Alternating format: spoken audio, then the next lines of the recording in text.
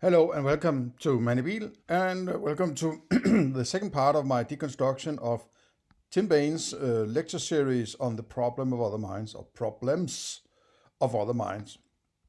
And last time I arrived around the 4 minute mark after a bit of introduction to the series. And then I think we'll just dive right back into the lecture and see how it goes.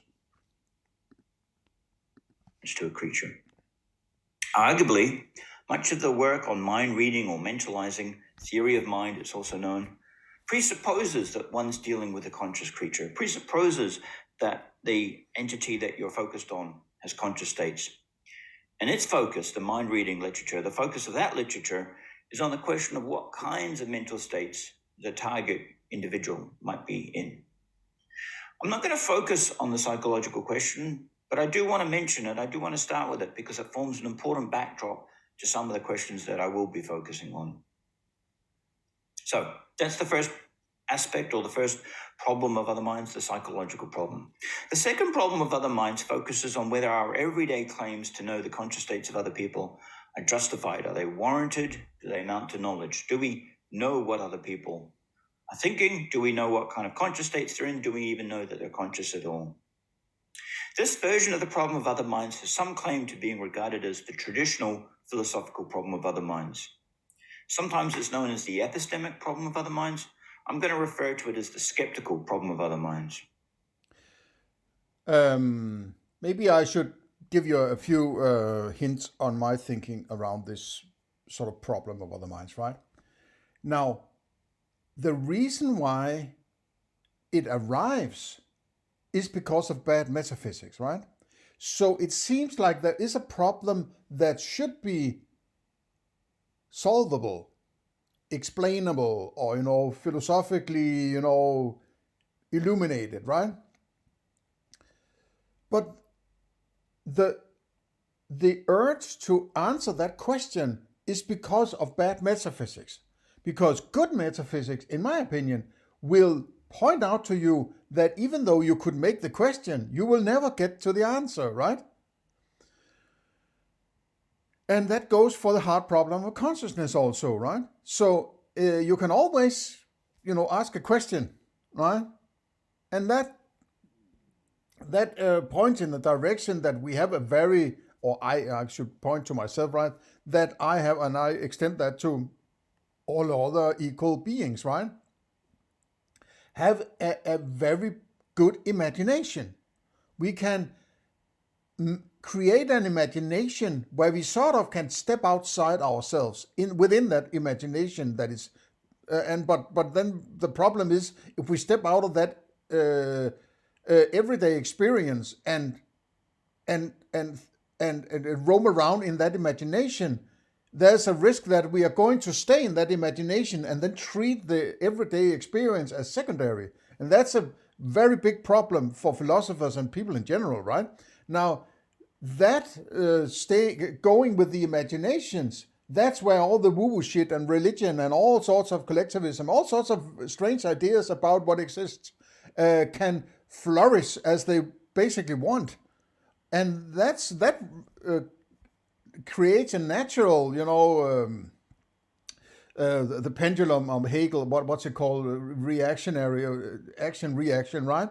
That when people get too much into woo-woo, people solidify in the opposite direction, which would be something like scientism or materialism, right? Where you're completely hung up on what you can experience. But because we have this sort of imagination, materialists also start to imagine that they can sort of be scientific about everything. That doesn't work either, right? It's somewhere in the middle there, right? And that's why philosophy is so important, that you have to balance it. You have to balance. You can't just go in one direction and then go all in there, right? And then sort of leave the rest behind. So if you're an idealist, you are very likely going to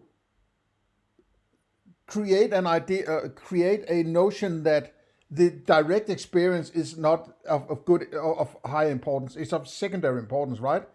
As a materialist, you're saying, experience is everything, and all that woo-woo shit, all that, mind stuff and qualia of secondary, all that, those are illusions, just like Keith Frank is, right?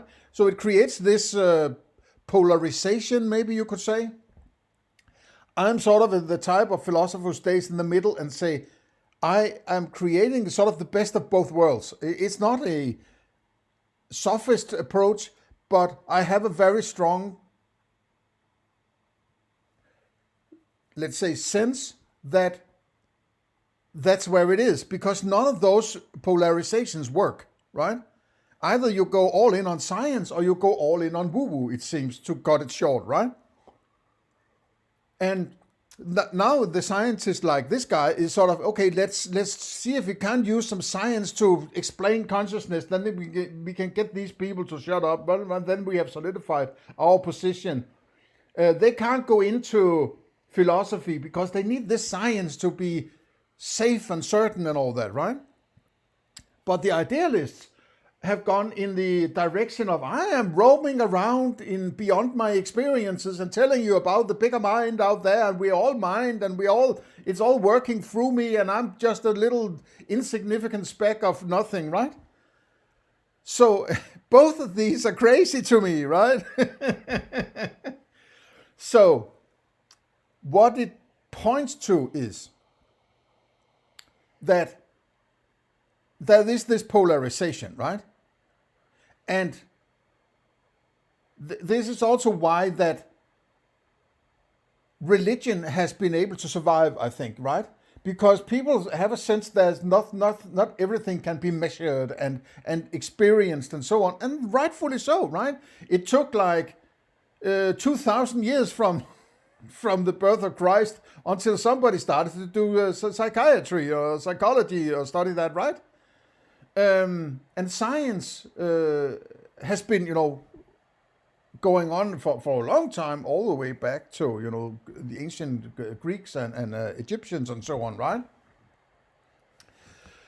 But there's also always this notion in the back of your head, even if you're sort of a good scientist, well, I'm from that sort of area of natural sciences, right? Become infatuated with philosophy later, that there's something going on that you can't measure, right? You can't be scientific about it. You can't experience it empirically, right? So, and that's why these problems like the problem of the minds and the heart problem is sort of the nail in the coffin, or the ever-present nagging feeling that it should be explainable by physics and science, right? So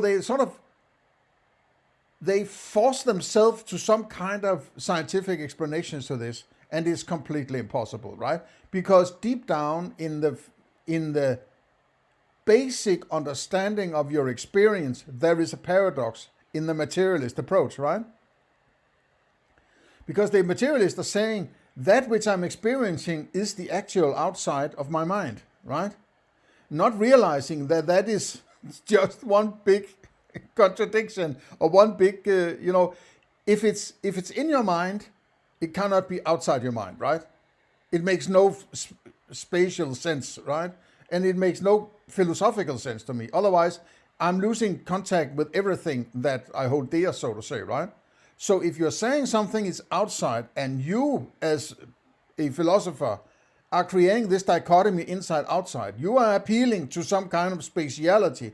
And then if it's inside, it cannot also be outside. Otherwise, you wouldn't create this dichotomy, right? So if there's this dichotomy, you have established a difference between inside and outside. And it can't be both places at the same time. If it could, there wouldn't be this dichotomy. So if you have created the dichotomy, if you're saying that you have a direct access to that outside of your mind, then you obviously need to explain how the hell you get to that, right? Yeah, but I'm experiencing this, these people would say, in some convoluted manner. But then I would say, then it's an experience. And then it's inside your mind, right? It can't be an outside. And if it's an outside, you can't experience it, right? And if you can't experience it, how can you claim it? How can you claim any access to it? You can say it. You might be able to say it's there. Like I can say that the South Pole, and Antarctica is possibly there, right? Even though I've never been there, but it's likely there's something there, right? I could argue for it, right? Even if I haven't been there, right? But that's not what materialists do. They claim direct access to it. Now that's the problem, because nobody has that, in my opinion, because of this built-in paradox. At most, they could claim that some part of their inner experience within the mind is some kind of, quote, representation of that thing out there, right? So, in that sense, you could say you have indirect access established axiomatically. But that points in the direction why you have no access to other minds, because they are out there in that experience, right? Or beyond that experience, I should say. Just like the solution to the hard problem of consciousness. You can never get to what is beyond experience, because you need experience in order to have anything to go with. And as long as it's an experience, it's not the real thing, right? So, and this is when you get this, right? It's like, my God, I've been stupid, man, right? So I would encourage you not to discuss this with your children, right? Because this will create, you have to be an adult, and you have to have some kind of, let's say, you have to have some inner strength in order to handle this, because it might create a bit of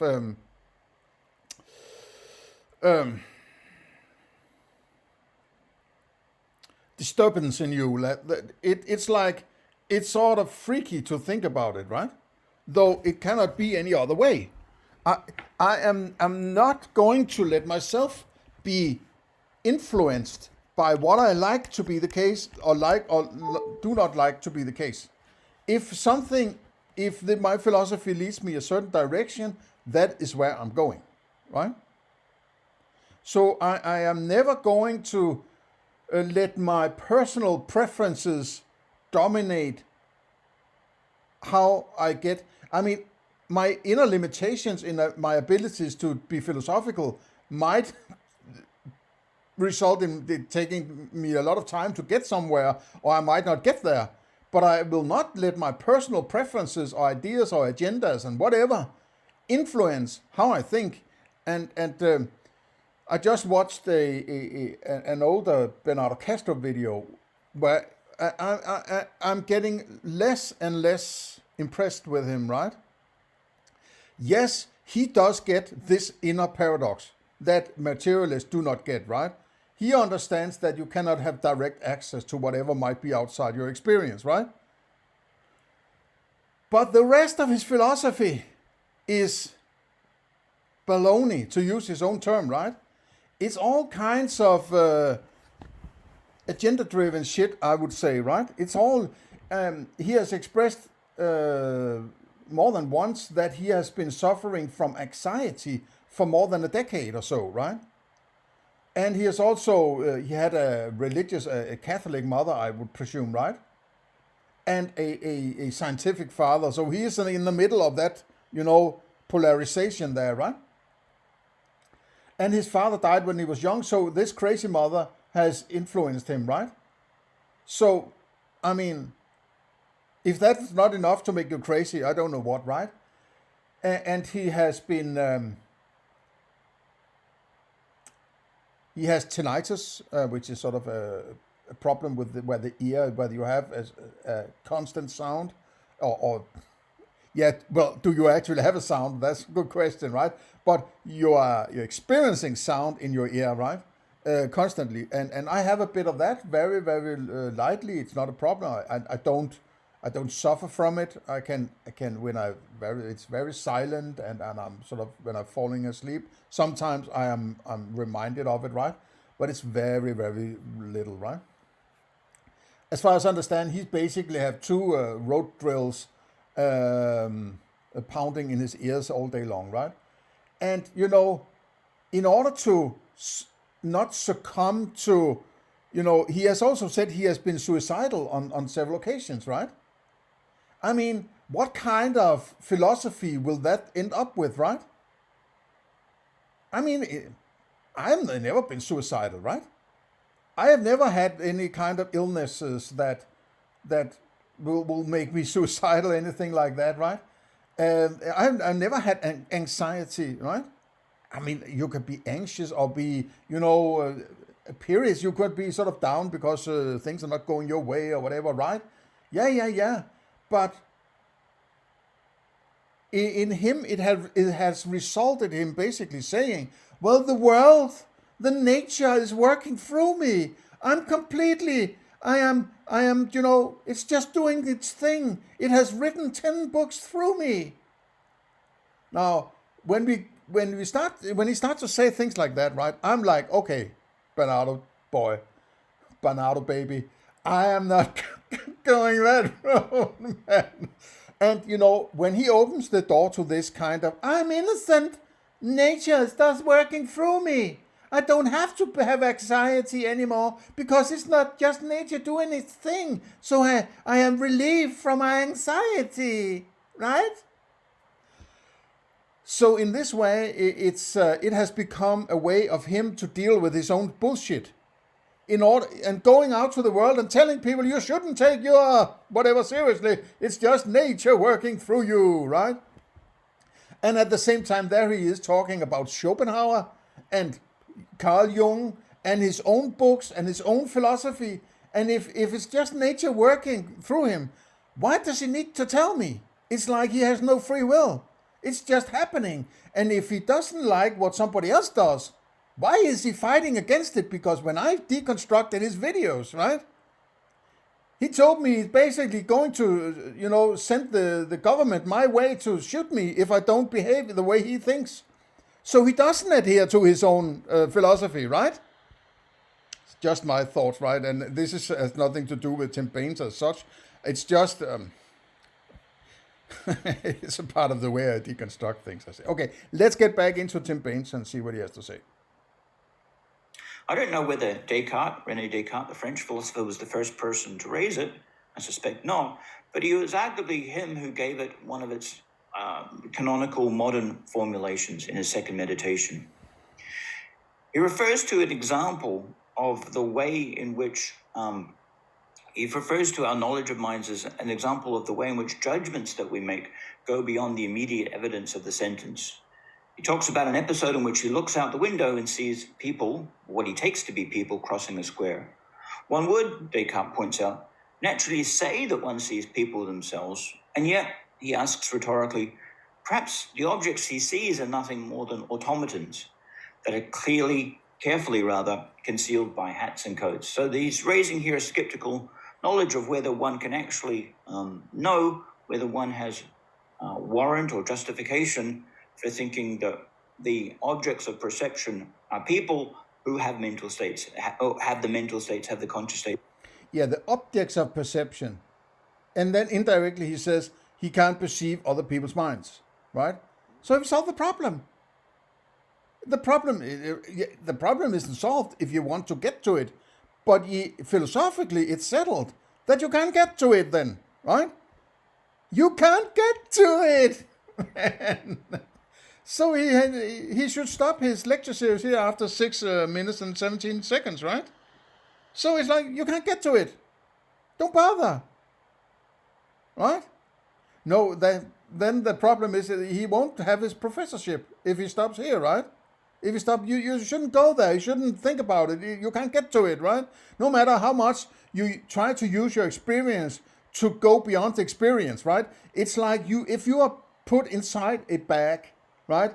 And you move that bag. So in some time ago, there was, I think in the 80s or 90s, there was a popular thing where you were sort of within a balloon. It was not a balloon, but sort of a plastic sphere. And then you could sort of move around in that sphere. If you put your foot forward, you would press down on, and then it would roll a bit, and then you can sort of walk inside that, plastic sphere, right? So what people trying to get to the answer of this is, they're trying to walk around within this plastic sphere and then attempting to be outside that sphere. Now I'm saying we are not going to break the sphere. It's impossible to break. You could break that plastic thing, right, possibly, right? But you can't break your experience. You can't stick your hand out through your experience to get the camera out beyond your experience, right? And it's because you are disconnected from where that experience or that mind is. You do not have direct access to that thing, what encompasses that mind, right? The body that you think is out there is actually in here, right? Or at least the experience of it.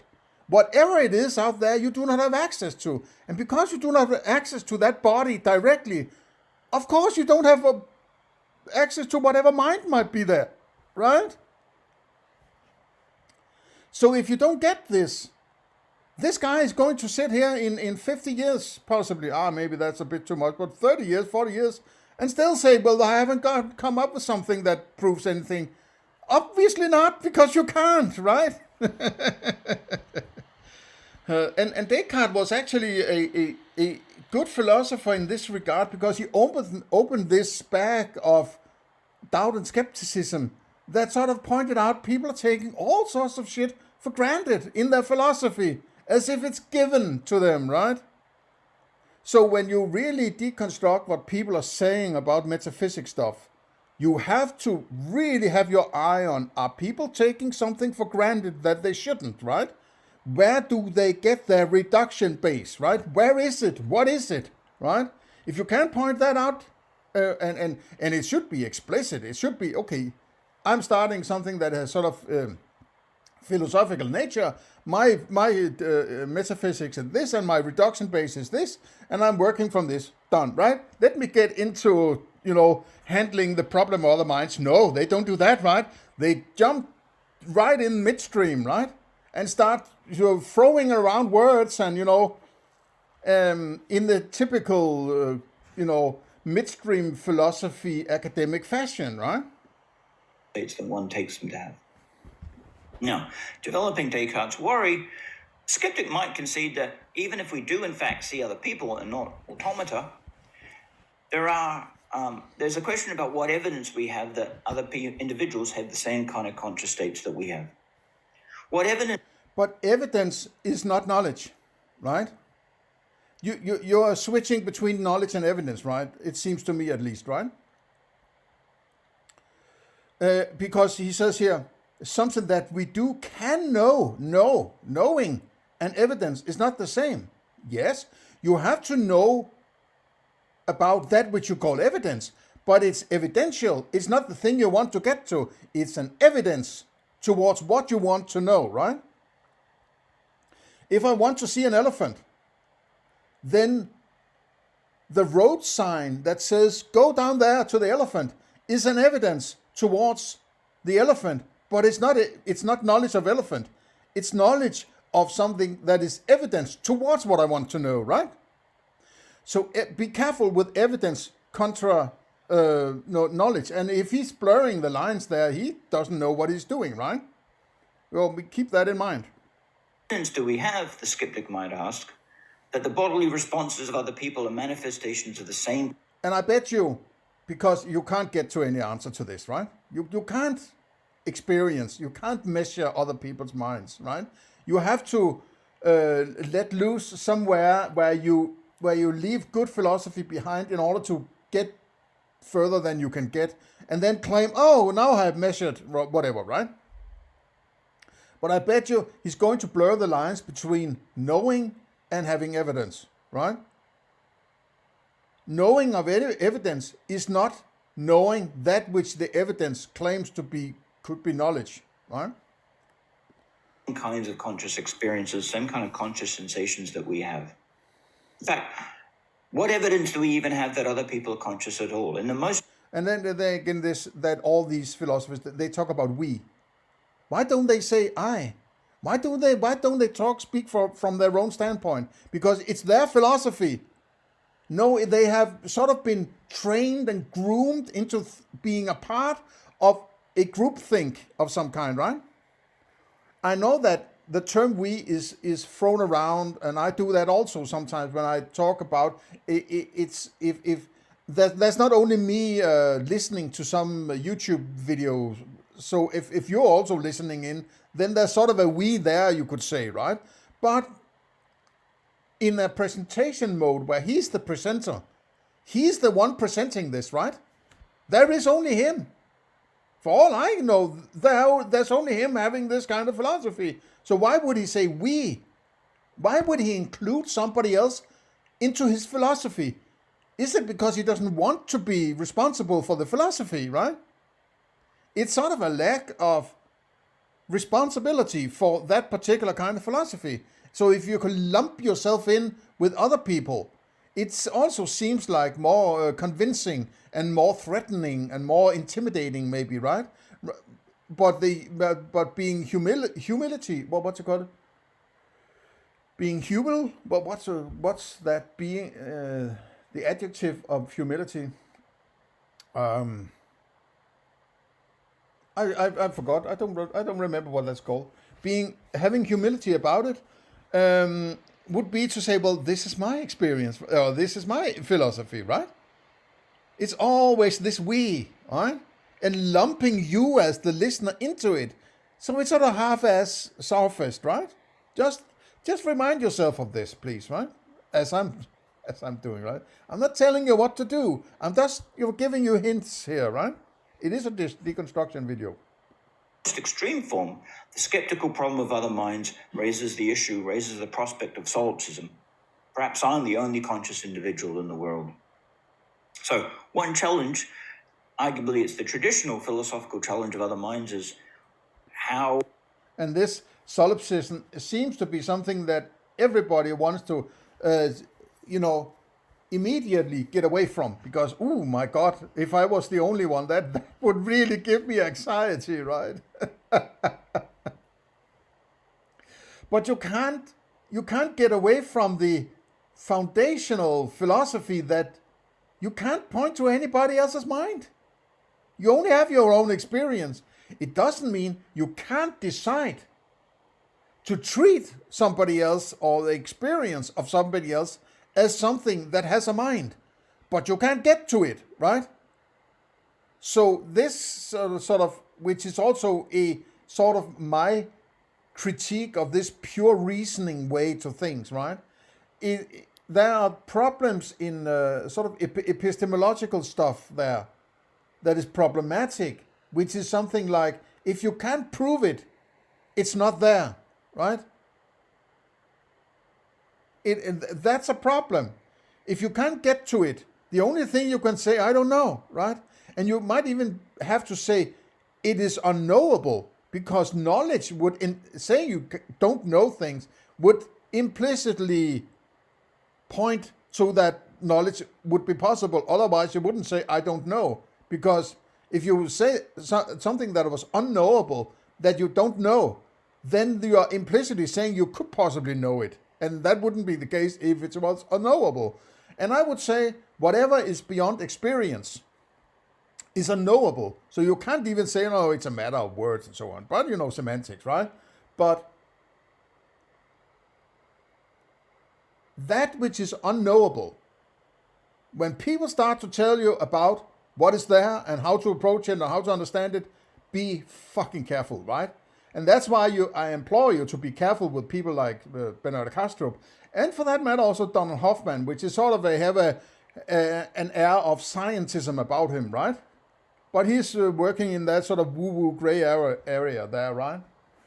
And I've listened to some of his descriptions of what might be going on beyond experience that sound completely mad to me, that like mad scientism, the mad scientists speak, right? So it's like millions of dimension and strange geometrical spheres. I don't know what the hell he's talking about, right? And honestly, I don't give a flying crap, right? I still have to go to the toilet each morning, right? I still have to brush my teeth. I still have to, get fuel on my car. I still have to eat my breakfast and so on, right? It doesn't change anything, right? Even if you could get a perfect picture of what the hell is going on before you experience, which is impossible, you would still have your experience to work with, right? It's still your experience, everyday experience that you're dealing with. So it doesn't change anything, right?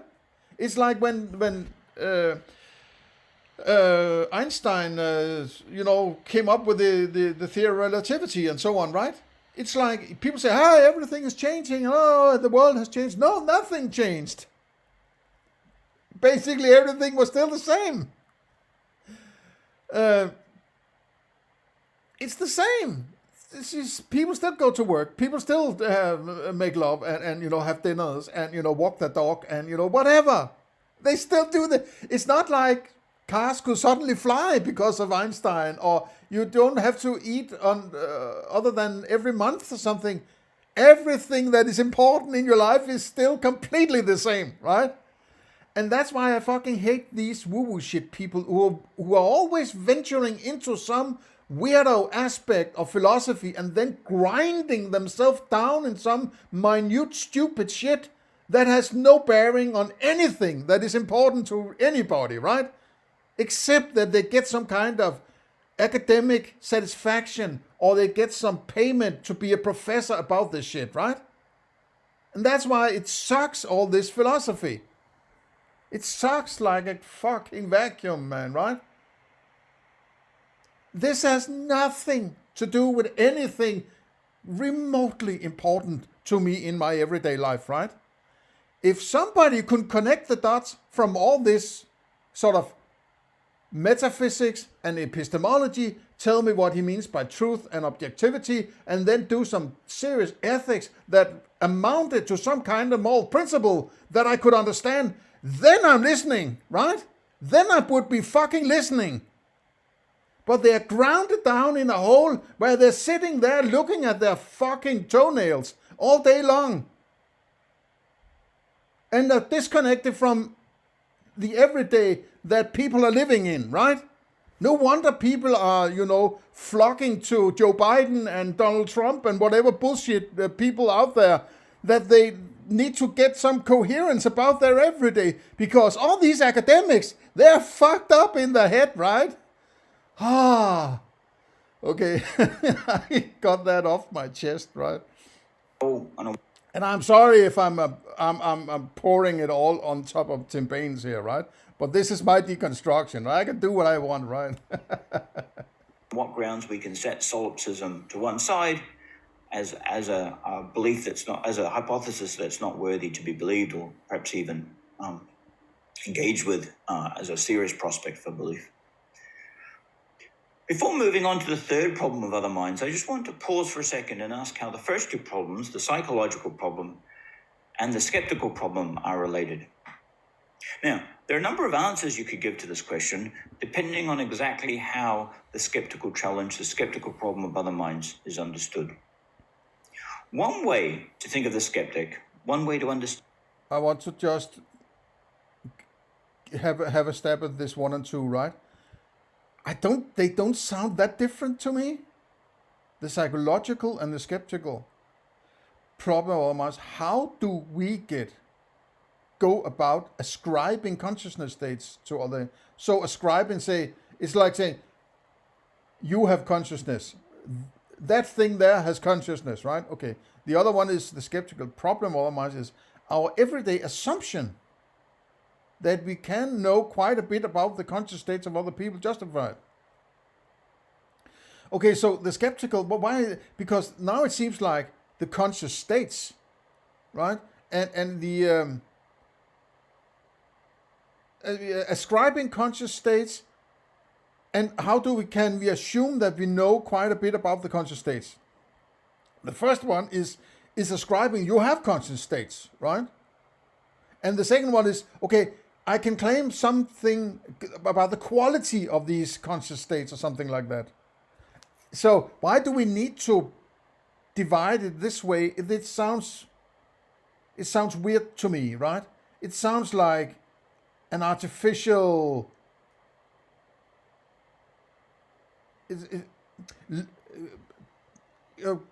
creating categories that it's not really necessary, right?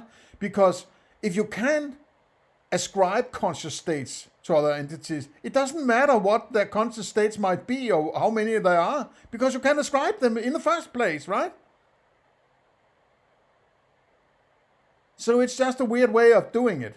It's like, if I can get rid of the first one, I don't have to argue how I get to assign these conscious states.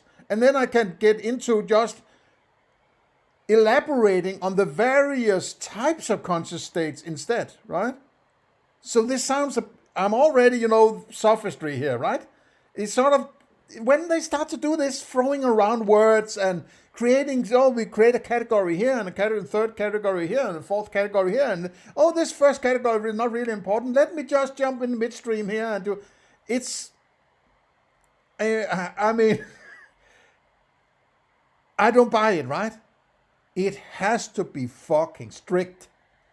What is your metaphysical ground floor here, right? Where is it? What is it?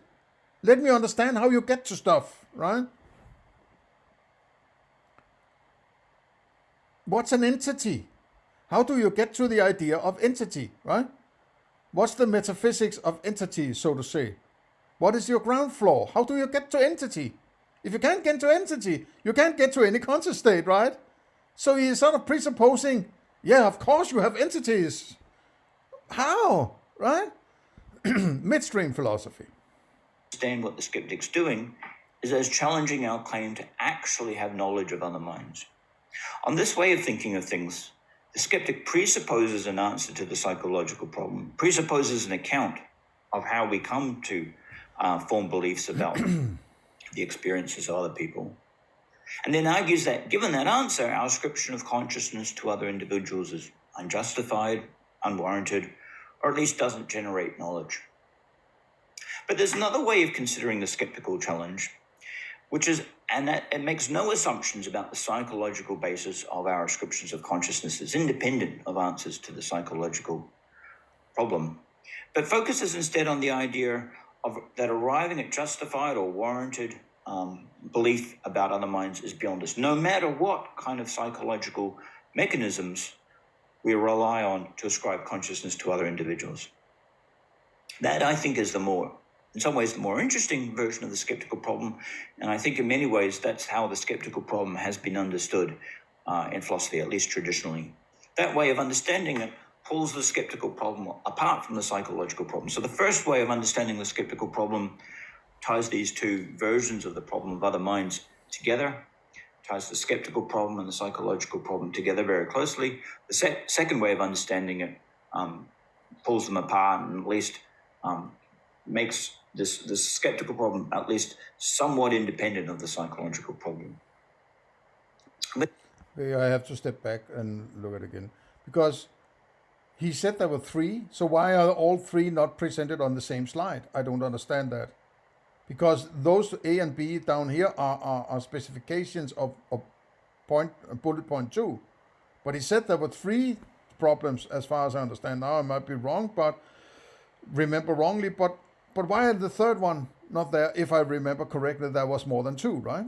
I put them on the same slide then, right? Okay, now I think there's something wrong there. First of all, I don't like this splitting it up in more than one problem, right? Because the problem is, if you can't get to somebody else's mind, it doesn't matter how you juggle around or any kind of understanding of what those mental states might entail, or how different they might be, or how many there are, and so on. If you can't get to the mind, you can't get to the state, right? The states of the mind.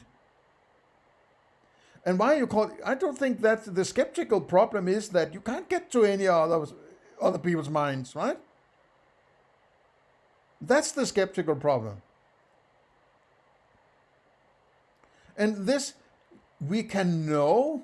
So now he's using the term know without stating any definition of what it means to know, right?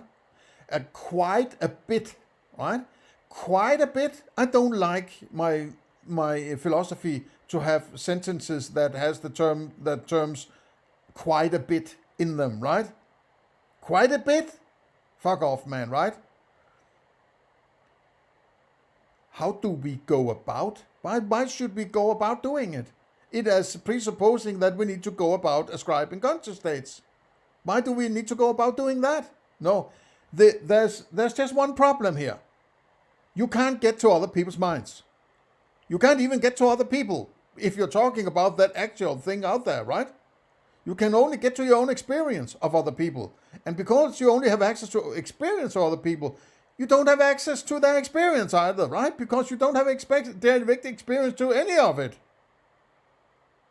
So the problem is solved in this sense that you can't get to an answer, right? It's not solved, precisely solved, but you have to set it aside because you can't get to an answer. That's the solution. So it doesn't really matter what the hell he's going to do in these 6 hours because he can never get to an answer, right? Okay, so let's see what he does here in the A and B. We don't actually know much. We don't know much. And this again, these half-ass formulation, right? Like, know quite a bit, right? Or we don't actually know much. It's sort of this fluffy shit, right? Get it the fuck out of my face. Other people, but such knowledge might not be beyond us in principle. Oh, it might not. It's sort of, hey, you should still listen to me because there might be a little chance that I might be right, Ugh. Arriving at justified, warranted, knowledge-supporting claims is beyond us, not just in practice, but in principle.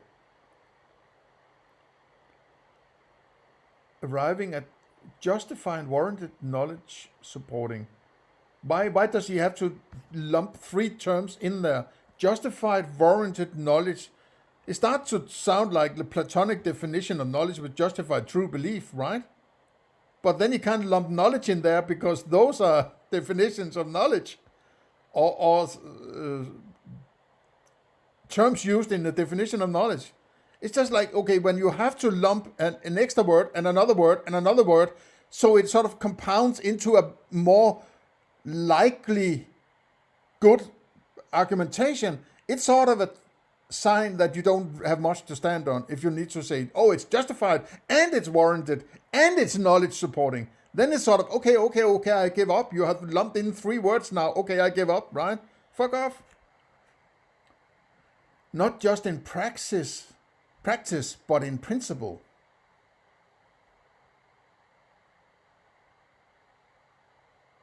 I'm not sure what he is sort of screwing around with. It starts to feel like meta-ethics, right? Whenever these academics, they try to mindfuck a problem, they just create a lot of new categories that you have to deal with. Oh, I could have this category, that category, and the third category. Please go have a look at some kind of diagram of meta-ethics and get a feel for how academics, how they screw up stuff, right? And this is sort of the same. Okay, now it's not just the problem of other minds. Now it's the problems of the other minds. And now we can get 1 and 2 and 3 and diagrams and look how fancy it looks. Yeah, but you're not answering the question. You don't even understand the question, right? Because it's fundamentally flawed, your thinking. So you're never going to get anywhere, right? Somewhat independent of the psychological problem.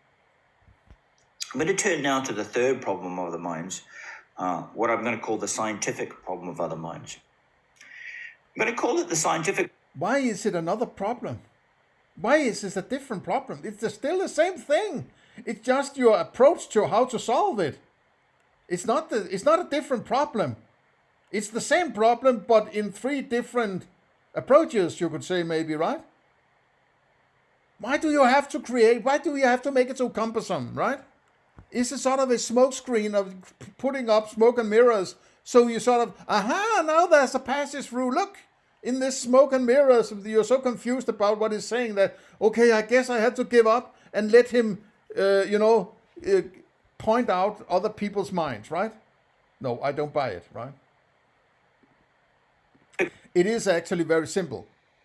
Because of good metaphysics, you will inevitably get to the conclusion that you can't get to an answer to the problem or to the question, right? A problem is a question that still needs answering. So if I,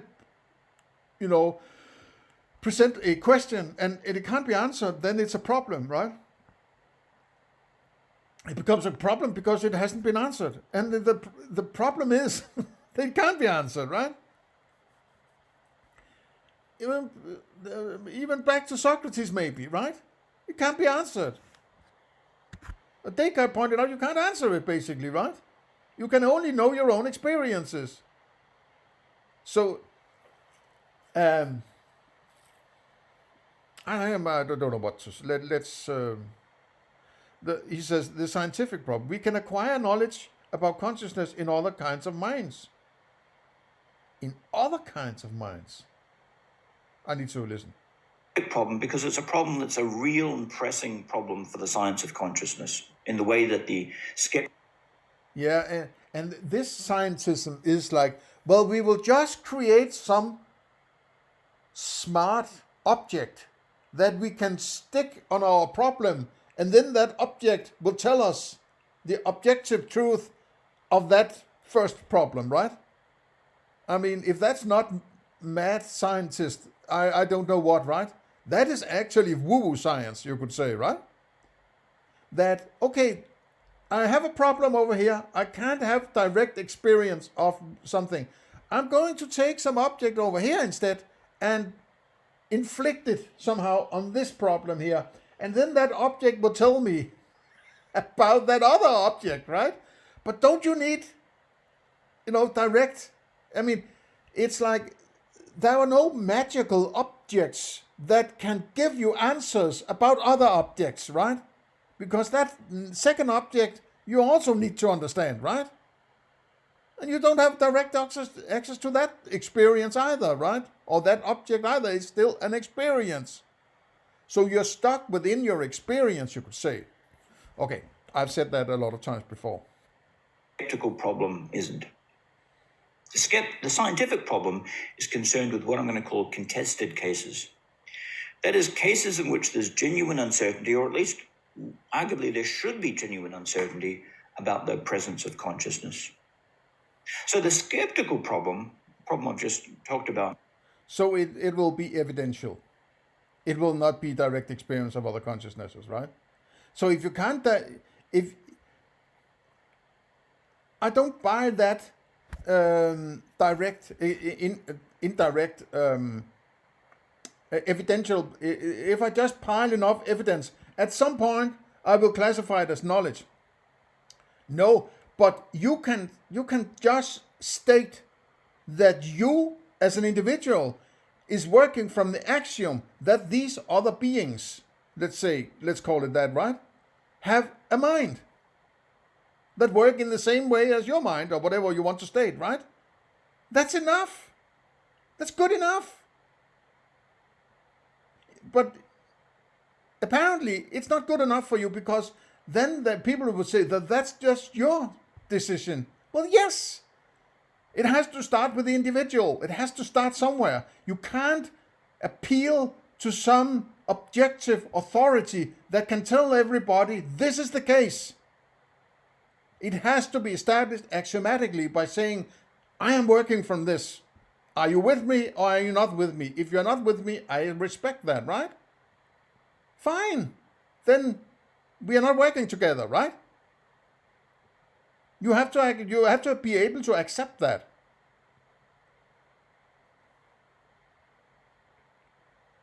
So the way to go about it is not to prove that there's minds, other minds. It's to just work from the axiom of whatever.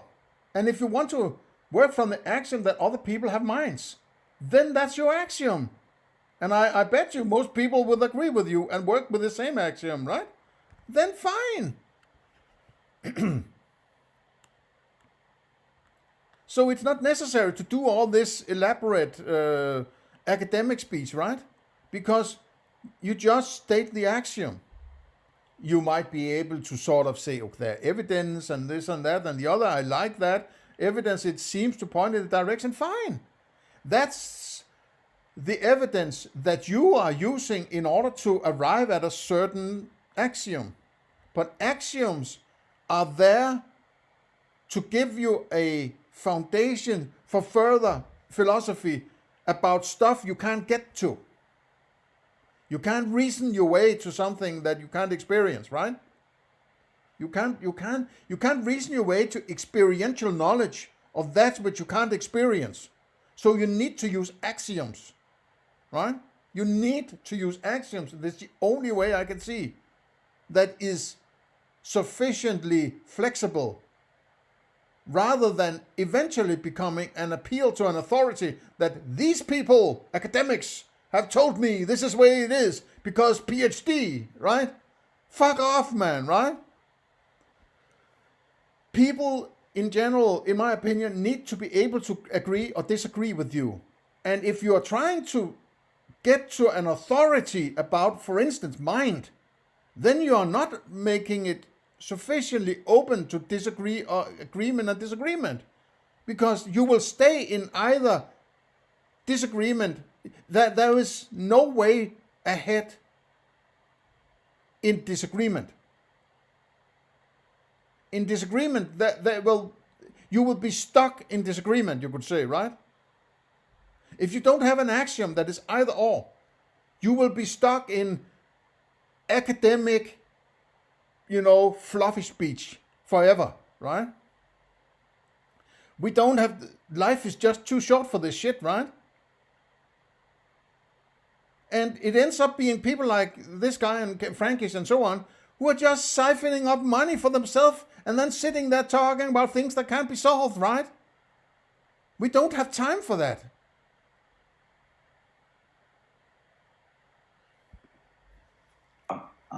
Just previously, is concerned with a kind of philosophical doubt that's restricted to distinctively philosophical contexts in which one's entertaining hypotheses, skeptical hypotheses, that one wouldn't ordinarily entertain in everyday life. The scientific problem of other minds, in contrast, is concerned with cases that are live issues in science, where there's real, genuine, not merely philosophical uncertainty about the distribution of consciousness. So, as I mentioned already, many of us assume that most mammals, or at least many mammals, are conscious or have the capacity for consciousness. But there's a widespread uncertainty about consciousness, or the possibility of consciousness, in non-mammalian species, for example, in human beings who aren't capable of reporting their mental states or not capable of voluntary action, and in many other cases. We'll examine some of those cases in detail in later lectures. Yeah, be very, contested cases.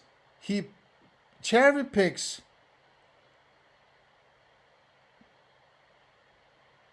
patients, you could say, that can't defend themselves, right? Non-responsive patients, people in comas or whatever, they can't defend themselves, right? They can't say, no, stupid shit, right? Infants, obviously, right? Non-human animals, obviously, they can't communicate with you, right? An AI system, they're purely, on-off switches, right? He is deliberately, in my opinion, not appealing to something you can sit here at your laptop and do by yourself, right? He's going away and talking to somebody who can't defend themselves and say, I think there's mind there, right? Oh, man. And that's it says here, in certain ways, the scientific problem is continuous with the skeptical problem. Both problems are concerned with our capacity to identify consciousness. Identify. Now it's identifying. All of a sudden he's going into identification rather than ascribing. So there's a little jump there. Now he's more confident in what he attempts to say here, right? Now all of a sudden you can identify it. not just ascribe it. There's a major difference there, right? But in other respects, it is very different. Okay, it's very much the same, but it's also very different. Okay. The point to note for now is that although the scientific problem of other minds is in some sense continuous with the philosophical problem, in some sense, they're both problems that are concerned with the question of when and in what conditions it's reasonable to ascribe consciousness to another individual. It's reasonable to ascribe. Okay, I don't care about it's reasonable. Can you reason your way to ascribing something, right? All this evidence bullshit, I don't buy it. Because evidence is not knowledge, right? And if there is only one problem here, and it is you can't get to ascribing any kind of mind to anybody. That doesn't mean that there were nobody having mind beyond you, right? You can't say solipsist problem is that you're saying because I can't wiggle my way to philosophizing or arguing or reasoning me towards a definitive proof, you could say, that there are other minds. Then there are no other minds. That's stupid. That's stupid philosophy. That's bad logic, in my opinion, right? And it's again this certainty fetish, right? If I can't be certain, there's nothing there. That's sort of this materialist scientific approach, which is stupid, right? What you should say is, I don't know. Or you might even say, it's unknowable. I can't get to it, right? That's good enough. So in the interesting case is really, what the hell do you do about it, right? The big problem is not getting to the mind, or proving whether or not there is a mind. How do you approach the necessary conclusion that it is unknowable, right? How do you approach that situation? That's what you need to settle on. That's why you need some good philosophy. How do you go about doing that, right? Do you fight it? Do you fuck it? Do you flee from it? Or do you feed on it, right? What do you do about it? What do you, if you have an indirect experience of an object which might have a mind, but you can never get to whether or not it has a mind, right? Then it's not important that whether or not it has a mind. It's important what do you do about it, right? Not whether or not it has a mind, but what do you do to accommodate the experience of this object that might or might not have a mind. So what's the approach? Right? In my opinion, the approach is I will go with the axiom that they do have a mind, right? Because that's the most, if I say they don't have a mind, then it's like saying it's basically the same as a rock or a tree or a bicycle, right? There's no difference. It's as smart as a rock, so to say, right? And I consider myself having free will. And if I consider myself having free will, that other thing, if I'm going with the axiom, well, it's sort of a Pascal's wager, right? You could say if it doesn't have a mind, it's not dangerous, right? It's not more dangerous than a tree or a rock. But if it does have a mind, it might have free will, just I think that I have, right? And that might actually be way more dangerous than if it doesn't have a mind. So I'm going with the thinking it does have a mind. That's my axiom. And I am working, I am interacting with it as if it has. Why can't I do that? That's good philosophy, in my opinion. That's the interesting thing. What the hell do you do about it, right?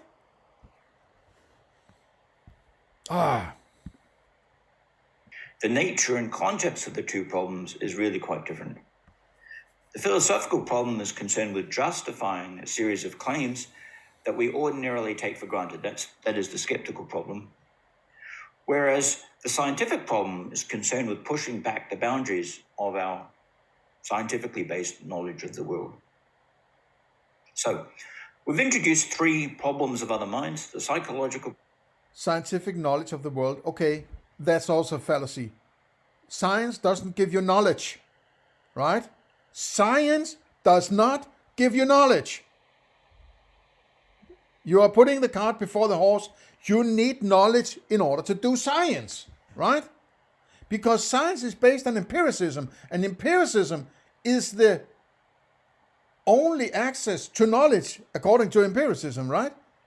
So you need knowledge before you can do science.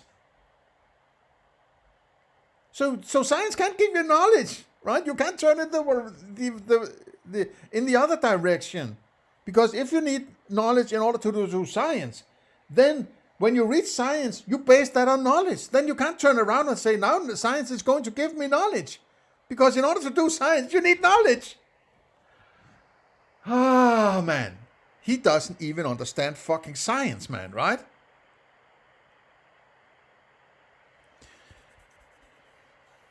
I can't believe how fucking ignorant these people are, right? I mean, I have so little respect for academia these days. It's unbelievably stupid, man, right?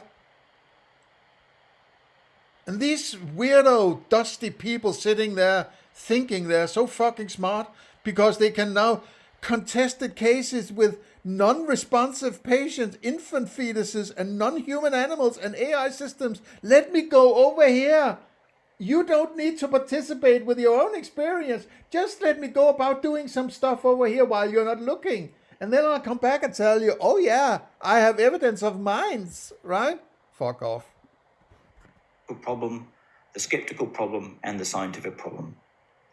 There's one final problem of other minds that I want to introduce, and I'm actually going to say a little bit more about it in this lecture. Later lectures will focus really on the skeptical problem and very much on the scientific problem. This one's going to focus on this fourth problem. I want to take a step back here. The third problem he's referring to, the scientific problem. He says, can we acquire knowledge? Well, science can't acquire knowledge. As I said, you need knowledge in order to do science, right?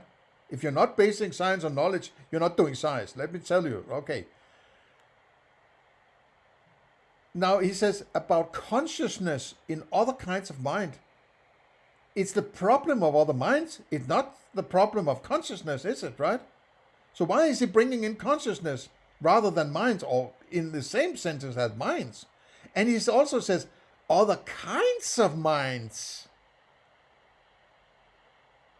What? How many other are there? And why are that? What is that? Different minds? Don't you need to first establish whether or not you can at all get to other minds before you can start to elaborate on kinds of minds? What the hell, man? I mean, it's like, holy shit, man.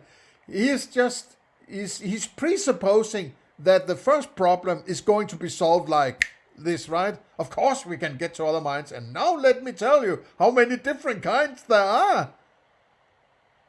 No, he's never going to get there. And if he's going to tell you about different kinds of minds, it's like he's full of shit, basically, because he can even get to other minds. Certainly not, or, let alone talk about kinds of minds. It's ridiculous, this, man. What I'm going to refer to as the conceptual problem of other minds. Let me introduce the conceptual problem.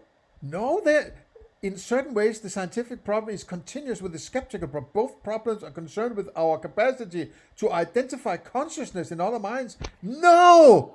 It's called the problem of other minds. It's not called the problem of identifying consciousness in other minds. What are you doing, man, right? It's like you're jumping over the problem of other minds and then jumping in as you're presupposing it's settled. So you're just jumping over the problem of other minds and just starting to talking about consciousness within other minds. How the hell do you get to? And this is a fucking bad trichotomy, or what's it called? Not dichotomy, trichotomy of the problem. You're trying to take one problem and then sidetracking the core problem by taking some sub-problems of that original problem and sidelining them as 2 or 3 other problems that are the same as the original problem. And I think this is how you're going to circumvent the lack of access to other minds, as if it's sort of given. And then you can go about telling, oh, we have this state and the other state, and then we have this kind of mind and that kind of mind. Bullshit. Bullshit. This is sophistry. This is pure sophistry, right? By raising the question that you may have been impatient for me to get to already, which is, what exactly do I mean by consciousness? What's this target phenomenon here? What is this thing about which we might raise? I don't care what we mean by consciousness. If you can't reason your way to how do you get to other minds, I don't care if you think there's consciousness in there. If you can't prove to me how you get to other minds, right? And so don't we need to define consciousness in order to engage with the problem of other minds? No, we don't. You just... Oh, man. This is a fucking sophist, right? Skeptical problems, for example. Thus far, I've said little, in fact, pretty much nothing about what I mean by consciousness. And you might think that that's problematic, for you can't really, you might argue, consider questions about our knowledge of consciousness and our knowledge of consciousness in other creatures without first defining what we mean by consciousness. Now, I think there's something to that line of thought. I think that the demand for an account or a characterization of consciousness is well taken. It's a reasonable one. And we certainly do have to make an attempt to point to what we're talking about when we're talking about consciousness. We've got to try to avoid talking at cross purposes. And this is a perennial problem in any discussion of consciousness, that we talk past each other and that different people are talking, in fact, about different phenomena. But we also, at the same time, need to be careful about demanding too much. Daniel Dennett, the philosopher Daniel Dennett, has warned against the dangers of what he calls premature definition. That is, of thinking that we've got to rush and decide on a nailed-down definition of a phenomenon prior to a full understanding of it. I think his warning is well taken. And one of the lessons from science, I would argue, is that robust, deep... Isn't that a general notion that you shouldn't rush in to define something you don't understand, right? And if you can't even, if you first of all have to somehow argue for how you get to knowledge about other minds, right? Then how would you start to define what is inside those other minds? Yeah, you have access to your own mind, but then you're just axiomatically saying, I guess that's a part of other minds then, right? He's actually doing it axiomatically, go say, but pretending it's some kind of reasoning and philosophy or science or something like that, right? Because you don't want to take that route of saying, I am working from this axiom, right? Because then he has to stand there and say, this is my axiom. And it seems to me nobody wants to do that because they don't have the backbone in order to say, this is my fucking axiom. I have done the philosophy. I have done it on my own accord. This is what I have arrived at, right? I might be wrong. It might be dysfunctional. But as far as I can think out, this is the axiom and I'm going with this, right? I would love people to those who are calling themselves philosophers to say, this is what I think. This is my philosophy. It's not a we. It's not appeal to the greater, systems of academia and whatever, history of philosophy. Fuck that shit. Get to your own philosophy and present it as your philosophy. And saying, I have arrived at this axiom, I have arrived at this definition, and so on. And work from there to get somewhere. We can't just sit there still thinking about how do we get to figure out whether or not other people have minds. We have to get going, right? We can't keep sitting here, right? We need an axiom to work with. And if you agree with the axiom, fine. If you don't, go somewhere else, or I will, and the others who are agreeing on this axiom, we will go over here. Okay, let's get somewhere, right? Detailed definitions of a phenomenon, be that gene, the notion of a temperature, the definition of mass, often emerge only when a mature understanding of the relevant domain is in place. So many times you don't need to begin, and we don't actually begin with a definition of a phenomenon. Definition emerges only after we've got a really good grip on what that phenomenon involves. It is, I think, a mistake to think that you need to begin with a full, comprehensive watertight definition of something in order to study it. Still, we do need some way of locking on to consciousness.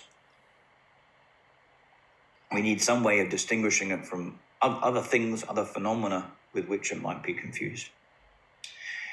Currently, most discussions, or at least many discussions of consciousness, take their cue from Thomas Nagel's famous paper, What Is It Like to Be a Bat?, in which Nagel equates conscious states with states that there's something it's like to be in, something it's like for the organism in question. In that paper, Nagel's at pains to emphasize that this locution, this phrase, what it's like, isn't to be understood in some sort of comparative way. I might add that the only way you could get to something that is like is your own what it's like, right? You can't get what it's like from the inside looking from the outside. If you're looking, attempting to go towards somebody else's mind, you are coming from the outside of that mind. So you can never get to what it's like. You can't inflict yourself inside other people's minds. I mean, well, I can't see anyway, let me put it that way, right? So what it's like is personal. It's subjective, right? It's like what it's like to be a bat. I don't care. I don't know, and I can't get to it, and I don't care, right? It's not important what it's like. It's more important what is it like to be you, right?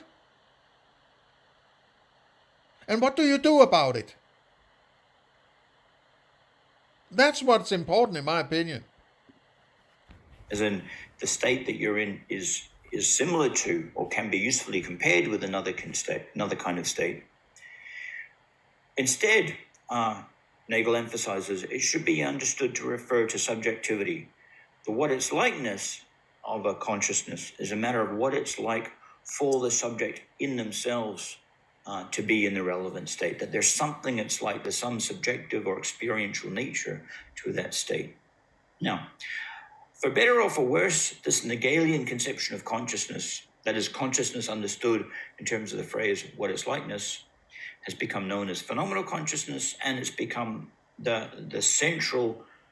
That's also a problem, in my opinion, and I think that Keith Frankish, which I've deconstructed before this series, right, in a very long 36 to 37 part deconstruction of his illusionism, that there's this sense that there's qualia, and then there's what is it like to have the qualia, right?